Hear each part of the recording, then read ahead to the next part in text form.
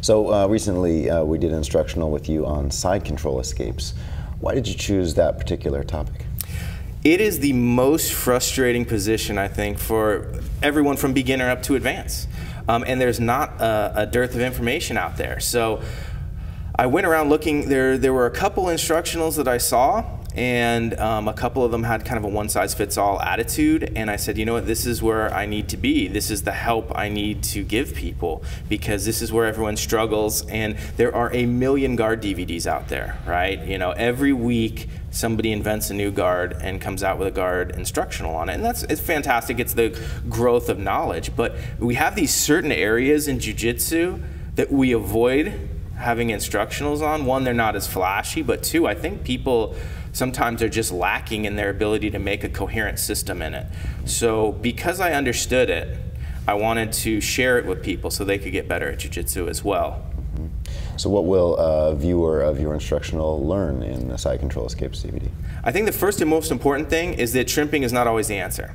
So what happens is that we are in love with the shrimp, or the hip escape, whatever you want to call it, and the people always just go, okay, hip escape out of that position. Well, if he's blocking your hip with his arm, hip escape is dead. If he's got your arm trapped, sometimes the hip escape is dead. So I wanted to show a lot of options outside of the hip escape that would help people when their arm is stuck here, when their opponent turns their hips. Yes, the hip escape can be part of it, but it is not the only part of it. So I wanted to also demonstrate some of the more effective escapes that I've had that don't involve that motion as well. I have some great information on the hip escape I'm going to share with you today, but I also wanted to show that. They'll also take away the idea. So I show each individual move, and then at the end, I talk about combinations, because combinations are very important. We can start escaping one position, and then our opponent transitions, and we have to use a different escape. And the tendency is that once I start in a direction, I'm like a train on the tracks, and I need to keep following it. But the reality is, and what I talk about at the end of my DVD, is that once I start in a direction, sometimes my opponent goes in another direction. I'm going to have to use a different escape. There are some common themes that we begin to see when I shrimp.